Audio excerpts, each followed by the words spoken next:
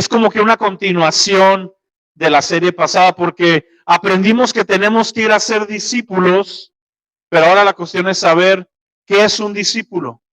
Si no, ¿cómo vamos a saber que estamos haciendo bien la tarea? Obviamente comienza predicando el evangelio, comienza compartiendo a los demás, pero es necesario que nosotros empecemos a desarrollar esta palabrita de ser testigos, ¿ok?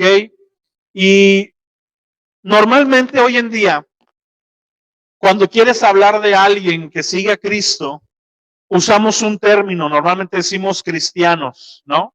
¿Cuántos de nosotros hemos dicho, no, pues yo soy cristiano? O voy a la iglesia y te preguntan, ¿a qué iglesia vas? A la iglesia cristiana. ¿Verdad? Y usamos este término, pero este término, déjame decirte una cosa, es un término, vamos a decir, humano, pero no es un término bíblico. La Biblia muy pocas veces llamó cristianos a los cristianos, ¿ok? Sí lo hizo, pero fue poco. Ahorita vamos a ver un poquito de esta historia. Cuando hablamos de un cristiano, hoy en día se refiere a alguien que va a la iglesia. Pero la Biblia, cuando hablaba de hombres y mujeres que tenían una definición por Jesús, que había habido un antes y un después en su vida. La mayoría de estos eran hombres y mujeres que venían de vidas sin propósito, venían de vidas, muchos de ellos vidas quebradas y algunos vidas muy buenas, ¿sí? Pero tienen un común denominador. La vida de ellos era una antes y una después de Cristo. Nuestra vida tiene que ser definida de la misma manera. Tu vida tiene que ser una antes y una después de un encuentro con Jesús. Si nuestra vida sigue siendo exactamente igual que antes de encontrarnos con Jesús, te tengo una noticia, no te has encontrado con Jesús. Has comenzado a ir a una iglesia, has comenzado a escuchar una forma de pensamiento, pero no has tenido un encuentro con Cristo. Porque un encuentro con Cristo cambia y define la vida para toda la eternidad. Es un giro, es un quiebre. Y la palabra que usan los discípulos es precisamente esta palabra, discípulos. Cuando Jesús hablaba de sus seguidores, usaba esa frase, discípulos. No usaban el nombre cristianos. De hecho, en Hechos 11:26, si lo quieres buscar, dice, y se congregaron ahí todo un año con la iglesia y enseñaron a mucha gente y a los discípulos, ¿a quiénes? A los discípulos se les llamó cristianos por primera vez en Antioquía. Eso está en Hechos 11:26. Así que durante los 4 evangelios y durante los primeros 10 capítulos del libro de Hechos, que son alrededor de 20 años de la historia de la iglesia, no se les llamaba cristianos. Ellos mismos nunca se dijeron de sí mismos, somos cristianos. Cuando ellos hablaban de quiénes eran ellos usaban esta frase, soy un discípulo de Jesús. ¿Y qué es un discípulo? La palabra discípulo en el original significa uno que sigue a otro. ¿Qué significa? Uno que sigue a otro. Sabes, en el tiempo de la escritura, no existían universidades donde tú fueras a estudiar para ser arquitecto, ingeniero o doctor. Lo que existía en aquel entonces eran oficios.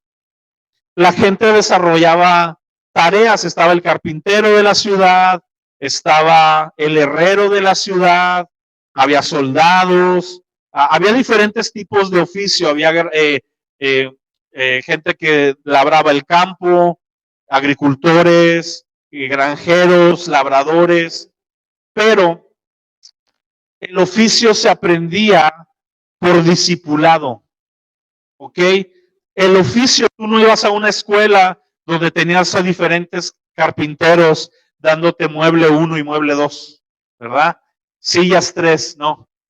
Lo que pasaba en ese entonces es que los jóvenes que querían aspirar a un oficio, normalmente era el hijo del que ya tenía el oficio, pero también había jóvenes que tal vez no querían desarrollar el mismo oficio que en su casa o que carecían de una figura paterna. Y entonces, si querías ser herrero, lo que tenías que hacer era irte a vivir a casa del herrero.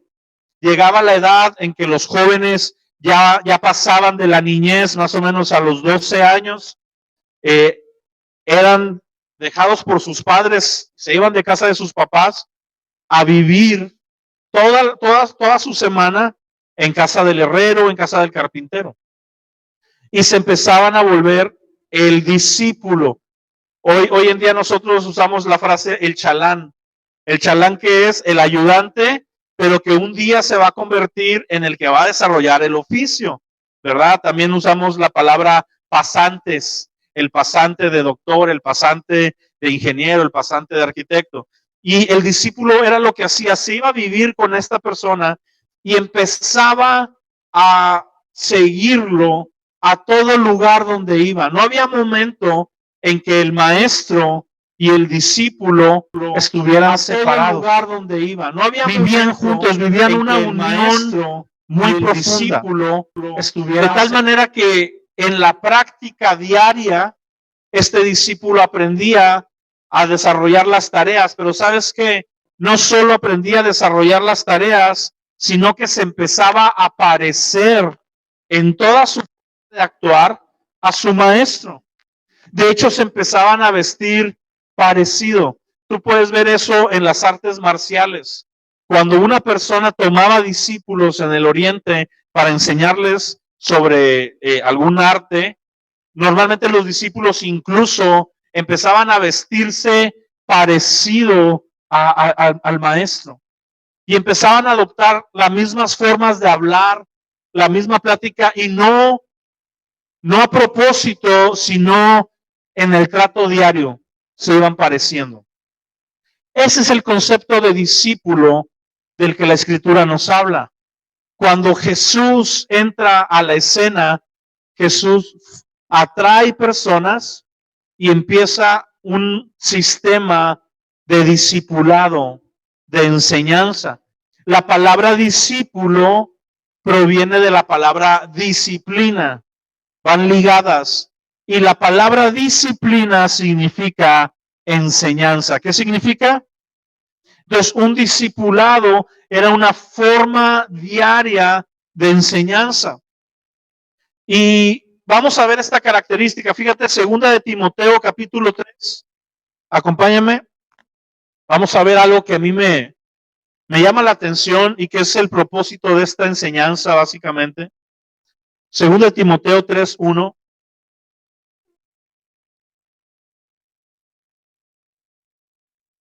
Timoteo es un joven que fue el discípulo de Pablo, ¿sí?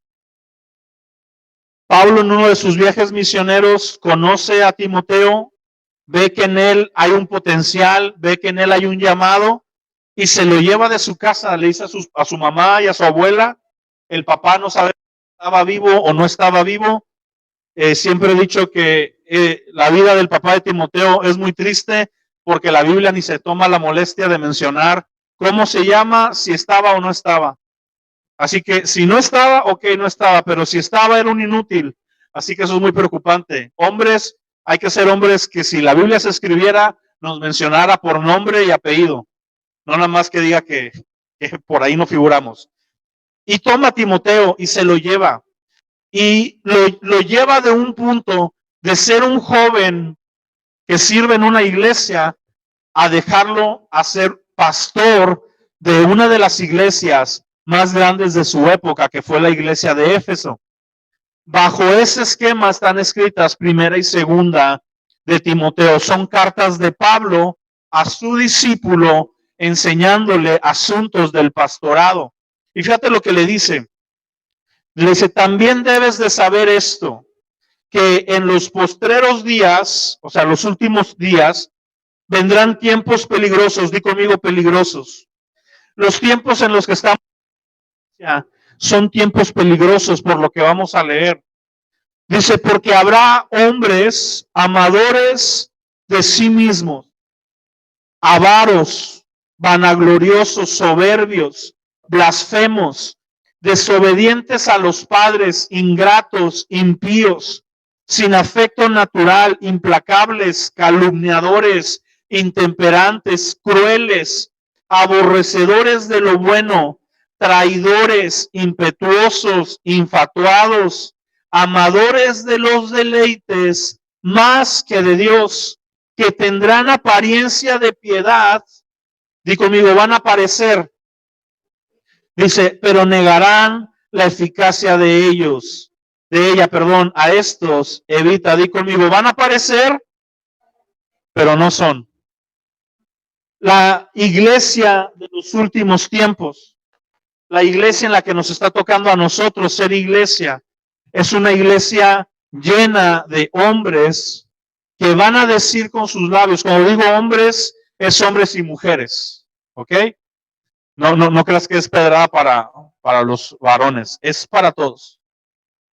Hombres y mujeres que van a decir con sus labios que aman a Dios, que se van a congregar domingo a domingo, que muchos van a estar sirviendo, que van a estar cantando y levantando las manos, que van a estar dando incluso ofrenda y diezmos, pero que no van a amar a Dios.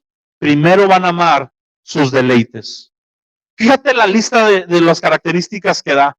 Yo no encuentro casi algo más malo que le pueda agregar, ¿sí? Aborrecedores de lo bueno, avaros, vanagloriosos, soberbios, blasfemos, desobedientes, ingratos, traidores, calumniadores, infatuados, y termina diciendo esta frase, amadores de los deleites más que de Dios. ¿Te fijas que no dice que no van a amar a Dios? Dice que van a amar a Dios, pero primero van a amar más los deleites. Es decir, gente que escuchó de Jesús, gente que escuchó de la fe y algo del mensaje, algo de la vida cristiana les agradó, pero no vieron de nuevo. Nunca definieron su vida para ser verdaderos discípulos. Son miembros de iglesias, mas no son discípulos. Yo no sé cuántos de los que estamos aquí, ojalá ninguno, pudiéramos figurar en esa lista. Que tú pienses que ese es lo peor. Estos hombres son aquellos mismos hombres de los cuales el Señor Jesús habla, que dice, muchos en aquel día, en el día del juicio, vendrán a mí y me dirán, Señor, en tu nombre hicimos bienes. En tu nombre sanamos enfermos. En tu nombre expulsamos demonios. En tu nombre predicamos. ¿Y qué les va a decir Jesús? Les va a decir, nunca los conocí. Nunca nacieron de nuevo. Nunca hubo esta verdadera comunión. Apártense de mí, hacedores de maldad.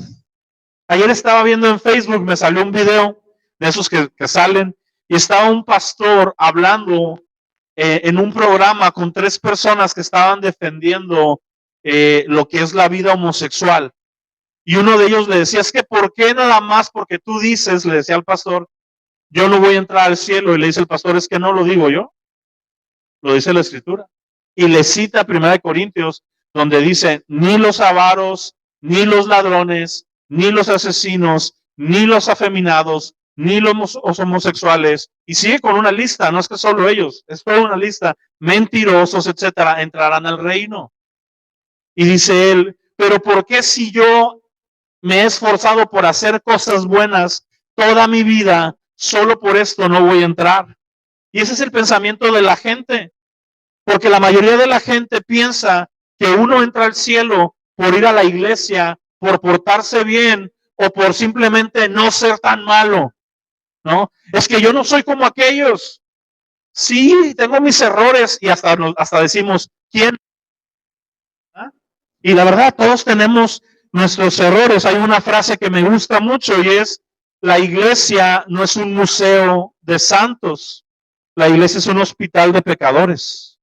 Es un lugar donde los que estamos aquí somos las personas que hemos sido más viles, pero hemos tenido un encuentro con Jesús y nuestra vida ha cambiado y hemos sido sanados y hemos sido transformados.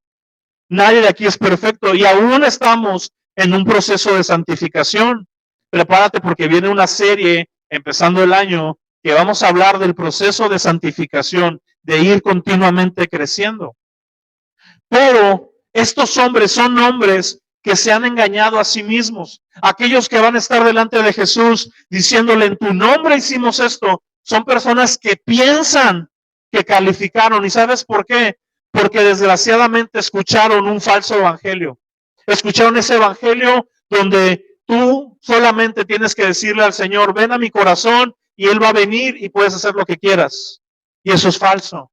El Señor siempre, lo vamos a aprender en esta serie, siempre ha pedido que aquellos que lo sigan sean verdaderos discípulos. Hay dos tipos de personas dentro de la iglesia. Las multitudes, di conmigo multitudes, y discípulos. ¿Cuál somos nosotros? Mateo 9:36, apúntalo, te lo voy a leer. Si no lo encuentras rápido, dice, y al ver las multitudes, ¿a quién vio Jesús? Dice, tuvo compasión de ellas porque estaban desamparadas y dispersas como ovejas que no tienen pastor. A Jesús le duele las multitudes. A Jesús le duele el mundo entero. Jesús no tiene acepción de personas. Juan 3:16 dice, de tal manera amó Dios, ¿a quién? Al mundo, que entregó a su Hijo unigénito para que todo aquel que crea, ¿cuál es la condición? Creer en Jesús. Todo el que crea en Jesús tenga vida eterna y no se pierda. Jesús en esta ocasión ve a las multitudes y lo que siente en su corazón es dolor, es tristeza. Y dice, ¿por qué? Porque los ve como ovejas que no tienen pastor. ¿Cuántas ovejas hay el día de hoy que se dicen cristianos y no tienen pastor? No tienen ni pastor en la tierra, ni pastor en el cielo. ¿Conoces de esos cristianos? Yo me congrego en línea. ¿Sí? La pandemia no fue una excusa para que ahora la gente no vaya a la iglesia. Ya se acabó. Bueno, sigue ahí, pero ya podemos rehacer nuestras actividades en cierta medida. Y hay gente que pudiendo ir a la iglesia ha dicho, no, yo mejor sigo en línea. Es más, hasta he escuchado este comentario cínico, cristianos cínicos. Yo ya me congrego en 3 iglesias porque a las 10 veo la reunión de tal, a las 12 la reunión de tal y a las 2 la reunión de tal. Y yo pregunto, ¿y cuándo vas a obedecer aunque sea una de las 3 reuniones? ¿Cuándo vas a aplicar en tu vida una cosa de todo lo que oíste? Y antes no era por en línea, pero antes era, no, yo me congrego viendo enlace. Muchas personas, muchos cristianos decir, yo creo en Cristo, pero no creo en la iglesia. Eso no se puede. Porque Cristo instituyó a su iglesia. Es su novia, es su esposa, es su cuerpo. ¿La iglesia es perfecta? Todavía no. Pero para allá vamos. No por nosotros, sino porque Él nos va a hacer una novia limpia, pura, sin mancha, sin arruga, ni cosa semejante. No por nuestro esfuerzo, por su gracia y su misericordia. ¿Cuántos dan gloria a Dios por eso? Amén. Pero Él ve y dice, las multitudes me duelen.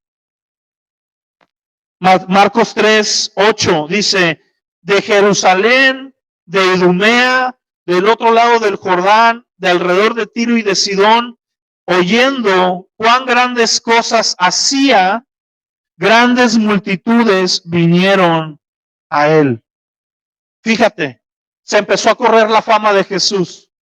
De repente llegaba la gente de una ciudad a otra. Oye, ¿qué crees que pasó? ¿Te acuerdas del endemoniado de la zona de Gadara? Sí, alguien lo sanó. ¿Cómo? Si te acuerdas que el cuate hasta se aventaba al fuego y se aventaba al agua y que andaba desnudo corriendo en el cementerio, porque eso hacía este endemoniado. Y te acuerdas que tenía tanta fuerza que rompía las cadenas y ni siquiera entre 10 hombres fuertes podían someterlo, ¿te acuerdas? Sí. Pues un hombre llegó, se paró y el endemoniado se arrodilló delante de él y los demonios hablaron y le dijeron, permítenos irnos a los cerdos. Y este hombre llamado Jesús les dijo, vayan, y se sanó este hombre. Al instante estaba en su cabal juicio. Y de hecho ahora es predicador, lo mandó a su casa a hablar cuán grandes cosas había hecho Dios con él. Ah, Somecha, no me digas. ¿Y te acuerdas de la mujer encorvada? Que durante 10 años había estado encorvada en la sinagoga, que ya habíamos orado por ella, todos los fariseos y nadie la sanó. De repente llegó Jesús y pues fue en un sábado. No estoy muy contento con eso, pero pues lo hizo y la sanó. No manches. Y empezó a correrse la fama de Jesús sin Facebook, sin Twitter, sin Facebook Live, sin YouTube. Eso es fama. Sí, sin comprar publicidad, nada. Y de repente grandes multitudes. La Biblia no tiene problema con el número. La Biblia te puede citar números, pero cuando usa ese tipo de frases es porque era mucha la gente que venía a seguir a Jesús. Ahora te voy a preguntar una cosa. De estas grandes multitudes, ¿cuántos estuvieron con él en la cruz? Solo Juan, María, su mamá y María Magdalena. Y todos los demás. Ahorita vamos a ver eso. Porque multitudes es muy fácil. Ser multitud es muy fácil. En el 24 de diciembre, todos aman a Jesús. ¿Sí me entiendes? Ay, la Navidad. Ay, Jesús nació en mi corazón. Y ahí tienes a gente que durante todo el año se la ha pasado borracho, drogándose, pegándole a sus hijos, pegándole a sus esposas, levantando al niño Dios y haciendo posada. Ese es nuestro México incongruente. Y tenemos cristianos también, bien paganotes, que en diciembre están con una velita, enciende una luz, déjala brillar. Y ahí todos bien navideños, ¿verdad? Y multitudes hay muchas, mis amados. Yo he visto estadios llenos para escuchar el evangelio. Aquí yo estuve en una campaña donde el estadio de la UAT se llenó casi en un 80%, 3 noches seguidas. Alicia estaba en esa campaña. Vino Alberto Motesi por ahí del 2003, más o menos. Yo participé, yo era ujier. Vi multitudes bajar corriendo de las gradas a pasar a hacer una oración de Jesús por salvación. Y el próximo domingo todas las iglesias estaban igual de vacías. ¿Dónde estaban esas personas? Porque multitudes hay muchas, pero discípulos hay pocos. Fíjate lo que dice aquí en Mateo 19, 2, dice, y le siguieron grandes multitudes y los sanó ahí. ¿Qué hacía Jesús con las multitudes? Las sanaba. Mi amado, que Dios te haya hecho un milagro no significa que Dios está agradado con tu vida. Jesús sanó a 10 leprosos. ¿Cuántos regresaron a darle gracias? Uno solo. De los 10 que yo tenía, solo me queda uno, ¿verdad? Uno se me fue a la vía, otro se me cayó al tanque y no sé qué tanto. Los otros 9 recibieron el mismo milagro y ninguno fue a glorificar a Jesús. Y Jesús sabía eso. Jesús sabe muy bien que cuando Él obra en la vida de alguien, eso no es garantía de que esta persona lo vaya a seguir. Hubo muchas personas que no recibieron un solo milagro y lo siguieron. A mí me impacta, no voy al versículo, pero siempre les predico esta historia. Es de las historias que más me impactan. Cuando Jesús va caminando y está un hombre llamado Leví contando dinero en una mesa, porque se dedicaba a los impuestos. Tenía harta lana. Iba pasando Jesús y solamente voltea, lo ve a los ojos y le dice, sígueme. ¿Qué le dice? Sígueme. Porque Jesús a las multitudes las sana, pero a los discípulos les habla. ¿Qué quieres tú? ¿Un milagrito o comunión con Él? Yo quiero oír su voz, yo quiero platicar con Él, yo quiero que Él me hable de lo que hay en su corazón, no solamente que me ande dando dinero o que me ande sanando la enfermedad o que me ande proveyendo esposa, ojalá ya haga eso último pronto. Pero en el Inter, yo no tengo problema mientras pueda platicar con Él, mientras pueda escuchar su voz. A Mateo, Leví se convierte en Mateo. Le dice, sígueme. Y la Biblia dice esta frase que siempre me ha dejado sin armas. Dice, y dejándolo todo, se paró y al instante lo siguió. Esa es la vida de un discípulo. Un discípulo deja todo por seguir a Jesús. No me voy a adelantar porque de eso voy a hablar la próxima semana. Solo es el tráiler de la próxima predicación. Pero este hombre al instante no lo negoció, no dijo el lunes, el otro año, mira, déjame disfruto mi juventud. A mí me decía gente cuando me convertí a mis 18 años, gente dentro de la iglesia me decía, no seas tan intenso, ya cuando estés más grande. Y yo decía, o sea, ¿cómo? Mis mejores años van a ser para el pecado y para la carne, y ya las obras, ya cuando esté reumático, canoso, chueco, chimuelo, artrítico, entonces sirvo a Jesús. Pues no. Yo le dije, Señor, los mejores años de mi vida, que son de aquí a que me muera, son para ti. Esa es la vida de un discípulo. Las multitudes reciben el milagro. Jesús dice la palabra en Juan 25 y 26. Fíjate lo que dice. Dice, hallándole al otro lado del mar, le dijeron, maestro o rabí, ¿cuándo llegaste acá? Fíjate, estas multitudes le decían maestro. O sea, estos pensaban que eran discípulos. Juan 6, 25 y 26. Y Jesús les dijo, como que Jesús ese día se levantó medio Rodríguez. ¿Sí me entiendes? Se levantó y les dijo, de cierto me buscas, no porque has visto señales, sino porque comiste pan y te saciaste. Jesús voltea y les dice a esta gente, tú me sigues porque yo te di de comer. Tú me sigues porque eres un tragón y quieres que te vuelva a dar de tragar gratis. Qué ofensivo es Jesús, ¿no? Jesús era muy ofensivo, iglesia. Jesús era muy misericordioso, pero a la gente que no entendía de qué se trataba, les tenía que hablar fuerte. Y de repente esta gente que lo ha estado siguiendo durante varios días, porque estuvieron cuando Jesús multiplicó la comida que les dio panes y peces, estos hombres lo estaban siguiendo porque querían otra señal más, otro milagro, otra multiplicación, algo más. Oye, si a mí me dicen, sí, es este hombre y no vuelves a cocinar, ¿sí me entiendes? Es mejor que Uber Eats y que Didi Food. Imagínate eso. Síguelo y te da de comer lonches y sobra.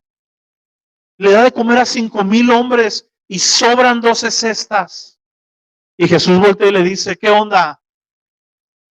¿Qué onda? ¿Me sigues? Porque te conviene. Y después de eso dice un discurso que vamos a ver la próxima semana.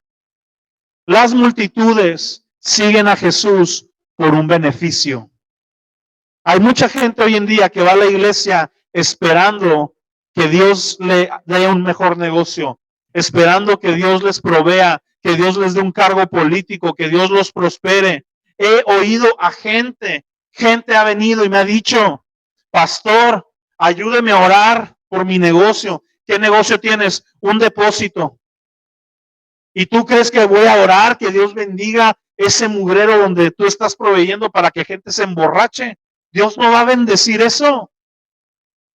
Dios no lo va. Pero es que es mi negocio. Pon un negocio sano. Vende Herbalife, incluso si quieres, pero no vendas ese mugrero de alcohol, vicios, drogas. Imagínate.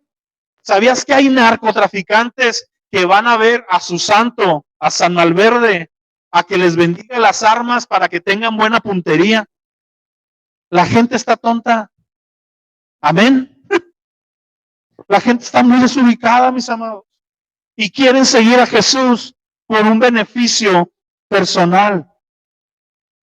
Las multitudes tienen un pequeño grupo que se llama simpatizantes. ¿Cómo se llama ese grupo? Esta gente no recibe milagros, está un grado arriba. Les cae bien Jesús. Les gusta el mensaje. Ya le dieron like al Facebook de Jesús. Ya son follow. Es más, ya le picaron a la campanita y cuando Jesús sube un nuevo sermón, les notifican. Son seguidores, pero no son discípulos. Simpatizan con el mensaje. Cada vez que Jesús se levanta en el púlpito y empieza a decir, les he dicho, han oído esto, que cualquier hombre que mata a su hermano es preso de juicio, pero yo les digo que con que lo odien en su corazón, es como si lo hubieran matado. Esta gente grita amén. Gloria a Dios, pero siguen odiando a su vecino. Gloria a Dios, pero no perdonan a sus padres o a sus hijos o a las personas. Siguen amargados, siguen con rencor. Son personas que escuchan a Jesús decir, cualquiera que vea a una mujer con justicia en su corazón pecó, y gritan aleluya, pero en la noche están viendo pornografía, pero están imaginando cómo pueden pecar, porque simpatizan con el mensaje de Jesús, le aplauden a Jesús, tienen una playera de la última campaña de Jesús, pero no obedecen lo que dice Jesús. Yo conozco una persona, así se presentó conmigo. El día que yo lo conocí, estas fueron las frases que usó. Dijo, yo soy fan de Cristo. Fue su palabra. Yo entré a su casa, eran unas personas que estaba recién conociendo, me invitaron a comer a su casa y tenía un cuadro de la portada de La Pasión, de la película La Pasión, pintado a mano por él en pasteles, en óleos. Bien bonito el cuadro. Yo le dije, ¿dónde lo compraste? Y me dijo bien orgulloso, yo lo hice porque yo soy fan de Cristo. Pero vivía en unión libre. Todos los fines de semana se emborrachaba a más no poder. No proveía para su casa, la que trabajaba era la esposa. Pero él era fan de Cristo. Son simpatizantes. La Biblia me habla del joven rico. El joven rico es el simpatizante por excelencia, que va a las campañas de Jesús y hace todo por platicar con el maestro. Y cuando viene con el maestro, lo que él quiere es presumirle a Jesús qué tan cristiano es. Jesús, ¿qué debo de hacer para ganar la vida eterna? Y Jesús le dice, ya lo sabes. Haz esto y esto. Y dice el joven rico, todo eso lo he hecho desde mi juventud. Dice Jesús, ok. Vamos a ver de qué lado masca la iguana. Le dice, ¿sabes qué? Vende todo lo que tienes. Y el dinero que ganes con esa venta, regálaselo a los pobres. Y lo último fue increíble. Y ven y sígueme. Lo mismo que le dijo a Pedro, lo mismo que le dijo a Mateo, lo mismo que le dijo a Juan. A cada uno de los 12 les dijo, ven y sígueme. Este joven rico, ni siquiera sabemos cómo se llama, es de esas personas, es como el papá de Timoteo, que no sabemos si está, ni sabemos, es fulano de tal rico. ¿Sí me entiendes?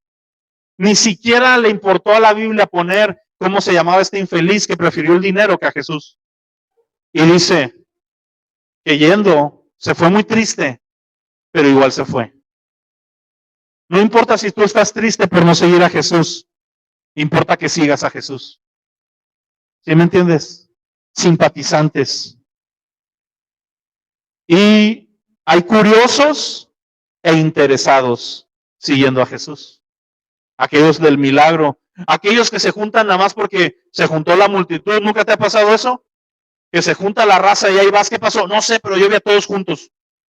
Algo tuvo que haber pasado y no sabes si chocó a alguien, si están regalando algo, pero ahí vas. O nada más yo soy chismoso. ¿Sí? Vas manejando y ves el montón de carros y vas despacito a ver quién se cayó, quién le pegó a quién, ¿verdad? Somos chismosos. Y Jesús traía a mucha bola de chismosos, pero nomás se juntaban para ver el milagro. Oye, porque que Jesús sanara enfermos era espectacular. Ellos querían ver la sanidad, ellos querían ver cómo Jesús escupía tierra, le ponía lodo en los ojos de un hombre que nunca había podido ver y empezaba a ver. Ellos querían ver a un paralítico que Jesús le dijera, toma tu lecho, levántate y anda, y se levantara y fuera sanado. Muy pocos querían ver a la suegra de Pedro sanar, pero también la vieron. ¿Sí? Todos quieren ver a Jesús hacer algo. Mi pregunta es, ¿tú y yo por qué lo estamos siguiendo? ¿Cuál es la motivación de mi corazón? ¿Qué quiero yo de Jesús? Porque estas son las multitudes. Pero hay otro grupo llamado discípulos. Juan 1:35, vamos a leerlo. Juan 1:35.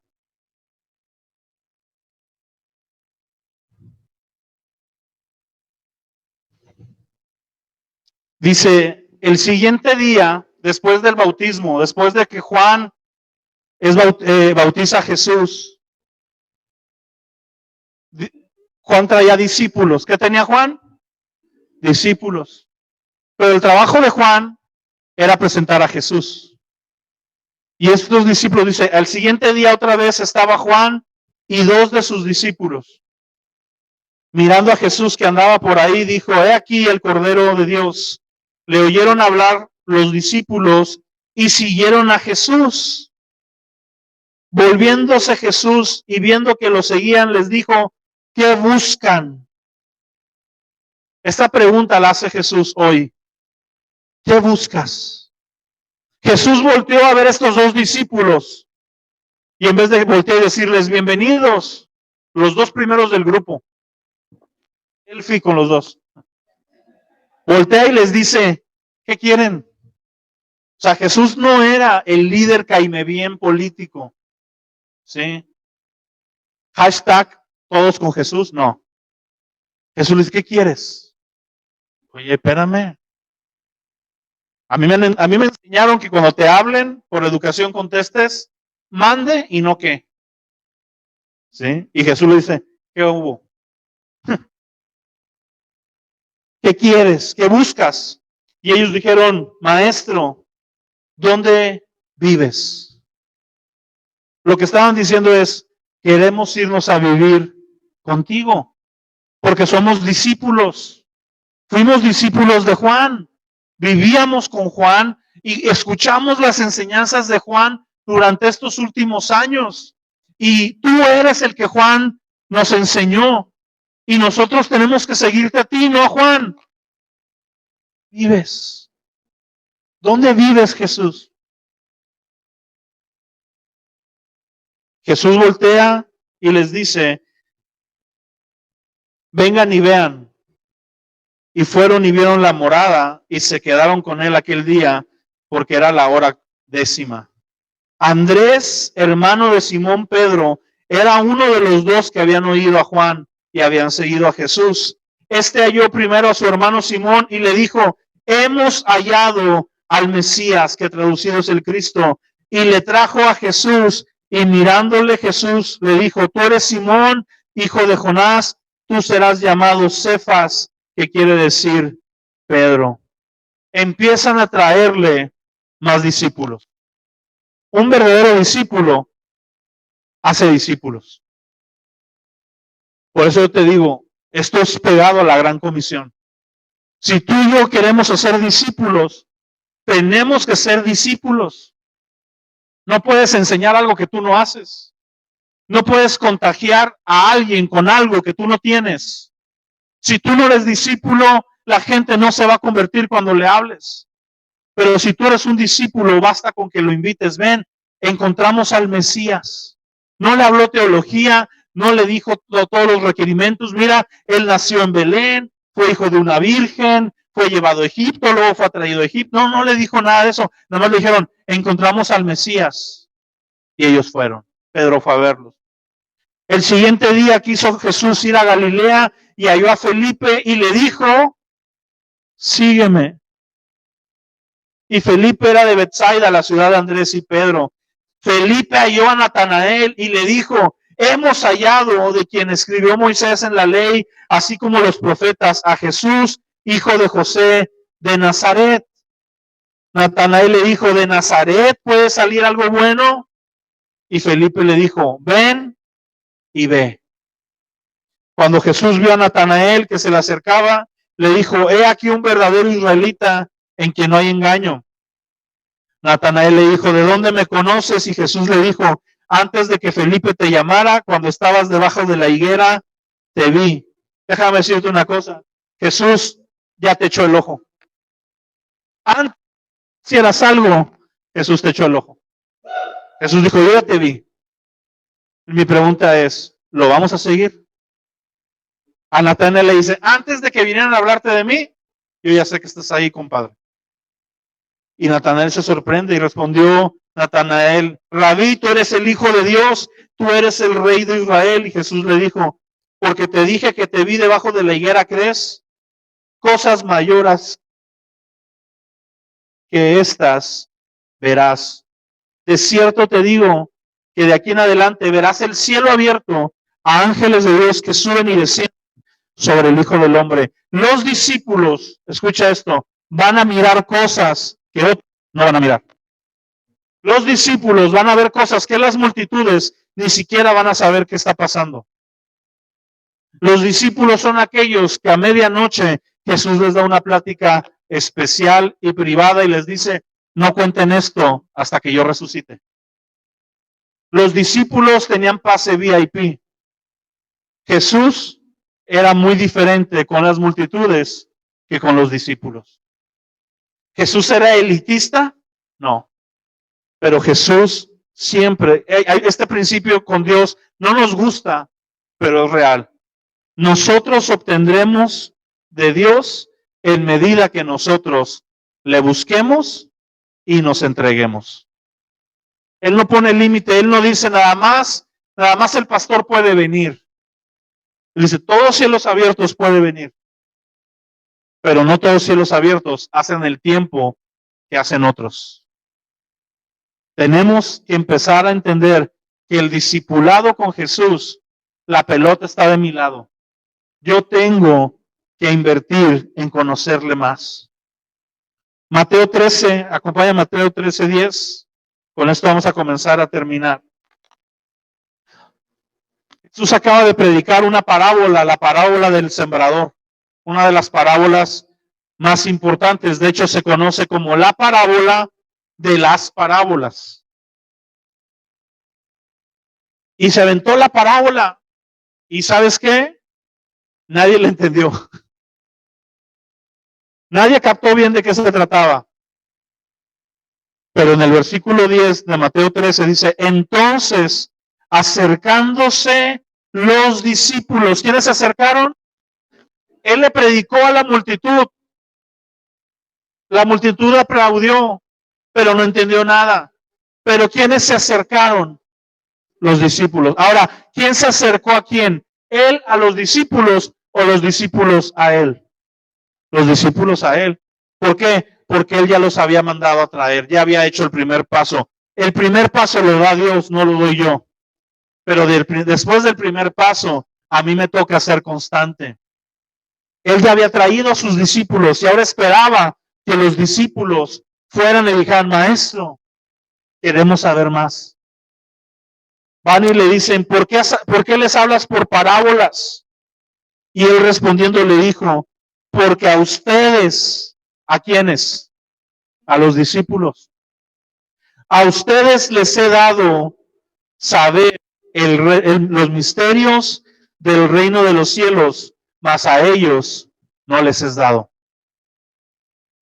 A ustedes se las voy a explicar. A ustedes les voy a hablar los misterios del reino. Aquellos van a ver milagros. Aquellos van a ver señales. Pero ustedes van a saber de qué se trata el reino de los cielos. Un discípulo escucha de Jesús lo que las multitudes jamás sabrán que está disponible. Un verdadero discípulo es aquel que está escuchando al maestro. Es aquel que está preguntándole al maestro. Es aquel que está lo suficientemente cerca como para decirle, maestro, no entendimos. ¿De qué se trata esto? Un discípulo es muy honesto. Va con Jesús y le dice, no puedo. Mira, tú dices que tengo que vivir de esta manera, pero la verdad estoy batallando. Y Jesús le dice, bien has hecho. ¿Por qué? Porque reconociste tu falla, eres pobre en espíritu, yo te voy a ayudar. La multitud dice, amén, yo lo estoy haciendo, y Jesús sabe perfectamente lo que hay en el corazón de ellos y que está fallando. Un discípulo la riega. Pedro le cortó la oreja a un vato. Ya a los 3 años de seguir a Jesús, ya cuando están aprendiendo a Jesús, Pedro saca la espada bien salsa y le corta la oreja, y Jesús tiene que andar reparando su error. Ay, Pedro, préstame la oreja, y se la pega todavía Jesús. Al que lo va a apresar. Y voltea y le dice, Pedro, ¿no has entendido de qué se trata? Tengo que ir. Y el Pedro acá con la espada, ¿verdad? Juan y Jacobo salen de la ciudad y le dicen, ¿qué onda, maestro? Nadie nos peló. ¿Oramos que caiga fuego? Y Jesús dice, tranquilo, viejo. ¿Ah? Les pone el meme ese, tranquilo, viejo. Ustedes andan bien alebrestados, pero Jesús no se enojó. Porque Jesús entiende al discípulo, lo está formando y lo va a llevar a gloria. Y un día Pedro va a morir de cabeza crucificado, porque él dice, ni siquiera soy digno de morir igual que mi maestro. De perdido, crucifíquenme de cabeza. Un día Jacobo, en vez de hacer caer fuego del cielo, va a ser decapitado y va a ser uno de los primeros mártires de los 12 discípulos para la gloria de Jesús. Porque el discípulo está en crecimiento. El discípulo está escuchando al maestro, está creciendo y no es el mismo al paso del tiempo. No me importa en qué momento estás hoy, siempre y cuando seas discípulo, porque eso me garantiza que vas a llegar a un buen término.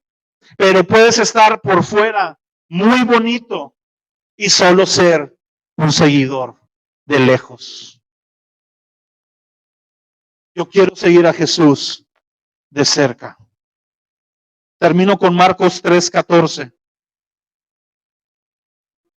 Marcos 3:14. Dice, y estableció a 12 para que estuvieran con él y para enviarlos a predicar. ¿Qué hizo Jesús? Establece a 12 discípulos, los 12 más cercanos. Hay un grupo, si sigues leyendo la escritura, y eso lo vamos a ver la próxima semana, dentro de los discípulos también hay grupos. Están los 70, están los 12 y están 3 más cercanos. Aún entre los discípulos, uno determina qué tan cerca va a estar. Y Jesús los establece, y me asombra lo que dice ahí. ¿Para qué estableció a los 12 apóstoles? ¿Para que juzgaran a las naciones en el día del juicio? Eso lo van a hacer. Cada uno de ellos va a juzgar a cada una de las 12 tribus de Israel. ¿Para qué estableció a los 12? para que fueran la columna vertebral de la iglesia primitiva? No, aunque también hicieron eso. ¿Para qué estableció a los 12? Para que anduvieran haciendo milagros llenos del poder del Espíritu Santo y sanando enfermos. No, aunque también hicieron eso. Aquí dice que el discípulo, Jesús lo establece para que estén con él. Los llamó para pasar tiempo con él y predicar. Pero el orden sí importa. Primero paso tiempo con él y entonces tengo que puedo predicar. Si yo no paso tiempo con él, yo no puedo predicar. El apóstol Juan, capítulo 1 de Primera de Juan, léelo en tu casa, dice: lo que hemos visto con nuestros ojos, lo que tocamos con nuestras manos y palpamos acerca del verbo de vida, lo que vimos y oímos, eso les predicamos. Es decir, Juan entendió que el discípulo pasa tiempo con Jesús. La próxima semana te voy a decir de todo lo que un discípulo tiene que hacer. Pero lo primero, mi amado, es pasar tiempo con él. No me digas que eres discípulo de Jesús si no tienes una vida de oración y de palabra, porque no lo somos. Seremos simpatizantes, estaremos en el proceso de convertirnos discípulos, pero hasta que seamos personas que pasamos tiempo con él y escuchamos su palabra y le conocemos, entonces podemos decir que somos discípulos. A mí me asombra Juan, porque Juan se la creyó. Y Juan decía: no solo soy el discípulo, soy el discípulo amado. Soy el consentido de Jesús. Y yo no vi a Jesús decirle: Juan, bájale 3 rayitas. Juan, es más, hasta Pedro le dice a Juan: pregúntale quién es el traidor. ¿Quién es el traidor? Porque Juan está acostado en el corazón de Jesús, recargado, rompiendo el espacio personal de Cristo. Imagínate que vas en el camión, abres los ojos, te quedaste dormido, abres los ojos y traes una persona ahí pegada. ¿Sí? Oye, pues no. Yo dejo que se me pegue, pues, mi familia, ¿verdad? Amigos muy cercanos. Pero un desconocido. Jesús permitió que Juan rompiera todos los protocolos. Y Juan fue el único de los 12 que escuchó latir el corazón de Jesús. O bueno, el único que la Biblia nos muestra, al menos. Pedro caminó sobre el agua, pero Juan escuchó el pum, pum, pum de Jesús. Él dice: yo soy el discípulo amado. ¿Quién ve el Apocalipsis? Juan. Porque toda su vida fue un discípulo. Y Jesús dijo: a mis discípulos les muestro lo que otros no. Este es el que sobrevivió de los 12. Sobre él va a caer el libro de Revelaciones. Y le voy a mostrar lo que ha de venir, para que lo anuncie a toda la iglesia. Pero confió en uno de sus discípulos. Yo quiero que Jesús confíe en mí. Y para eso hay que ser discípulo. Estamos en el proceso. De repente la regamos, ok. Pero no te quedes como seguidor. No te quedes viendo de lejos. Comprométete. Esta serie, al final de la serie, tú vas a tener 2 opciones. O comprometerte de verdad con Jesús o llevar una vida ligera. Así que tú sabes. Vamos a orar. Padre, te doy gracias en esta